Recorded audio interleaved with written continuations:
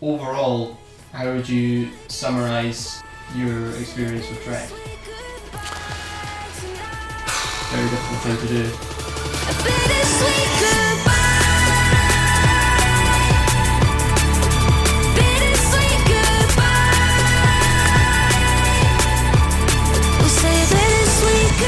I mean, it's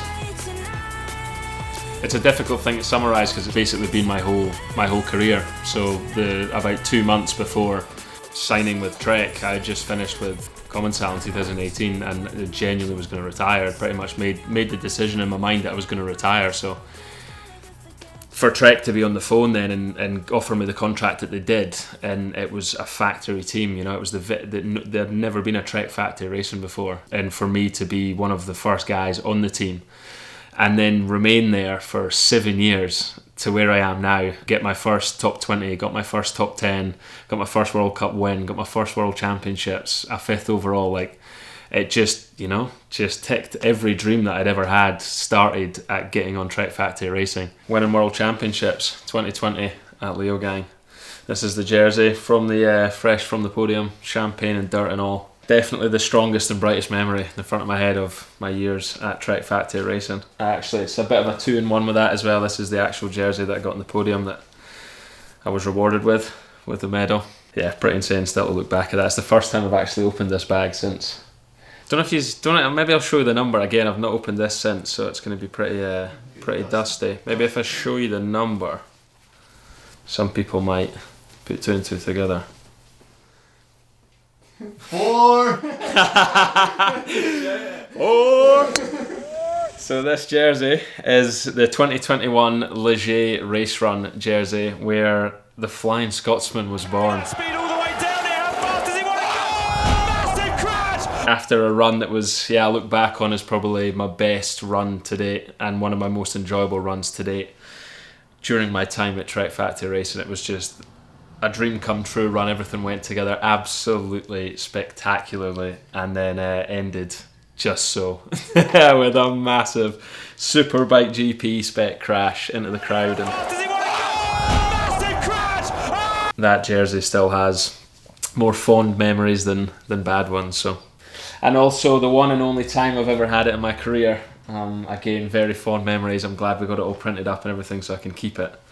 Is the leader jersey for the World Cup Series overall. That was just after winning qualifying in Maribor by a pretty ginormous margin the week after being world champion. So I was feeling good, and ended up crashing out pretty spectacularly there as well, and ended that season a bit short, which was a little bit of a shame, but these things happen.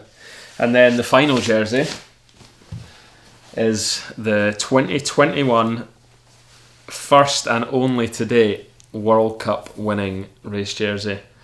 Absolutely loved this kit. Black and orange were my favourite colours from a very young age, taught to me by my dad, who loves KTM.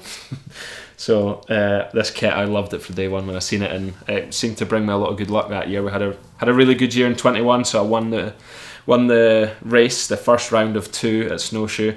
Almost went back to back, burnt my chainring and couldn't make it a back to back overall, but the ended up 5th overall in the world in this year kit, and it was stood in the podium in Snowshoe. So 2021 was my best season to date with Trek Factory Racing. 5th overall, World Cup win, couple of top 10s, and managed to wear the stripes from 2020 onwards. So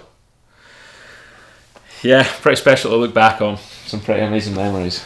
So 2012 we were bunking off of high school to get to the library as quick as possible, open up Pink Bike and basically have our faces full of Aaron Gwynn and a massively stiff suspension and 6-second winning margins down places like Val di Sole. And I mean, what can you say? From that moment onwards, that was all we wanted to do. That was destiny. I told my teachers in school that was it. I'm leaving school. I'm going to be a professional mountain biker. Well, my main teacher that I told that was trying to help me get to college and be a plumber, she told me that I should pick something more realistic than trying to be a professional cyclist, which was a fair comment at the time because I hadn't even done a mountain biking race yet. So 2012 to where we are now, she wouldn't believe it herself. I didn't actually purchase my first Trek, so I purchased a bike out of a local bike shop, Alpine Bikes, after working for 6 weeks with my dad, brokered a deal with him where he would pay for half. So I ended up managing to buy myself a downhill bike to go racing at the Scottish Downhill Series that year in 2013, and had the bike for about 2 weeks, tried a massive jump that I probably wasn't qualified for. Oh shit! Cased it so bad that I pretty much bent everything on the bike, and that was about a month or two out from the first ST race of the year.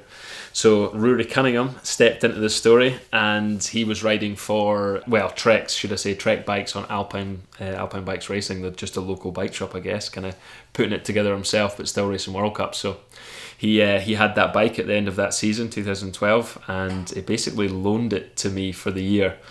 And it basically said we'd figure something out. So that was 2013 was my first year on a Trek bike, and I ended up going 13, 14 and all the way to 2015, where I ended up with Trek again at Unior Tools. So we were Trek SRAM, very similar to what I've just finished on, basically similar product and a amazing group of people. So yeah, it's been Trek from day one for those first 3 years. Pretty cool. So yeah, that means you've been on Trek for actually 11 years. Yeah, 19. Yeah. And it was 2013. So you've actually been riding Treks for 11 years. And only racing for 13. Yeah. Yeah, that's mad. Yeah, true. Yeah, so Trek bikes for 11 out of 13 years that I've been a professional cyclist. My whole career, you would argue, that's been 13 years long. 11 of it with Treks. Leaving Trek, looking back at that being the start, the real sucker punch in my career, it's launched me to where I am now and given me the possibility to go on to what I want to do next. And none of it would have been possible without the support of those guys up until this point, and the love of that team and the group of people. And yeah, honestly, every time I close my eyes I can smile and almost cry with happiness with some of the fun times we've had. So yeah, huge thanks and love to Trek Factory Racing.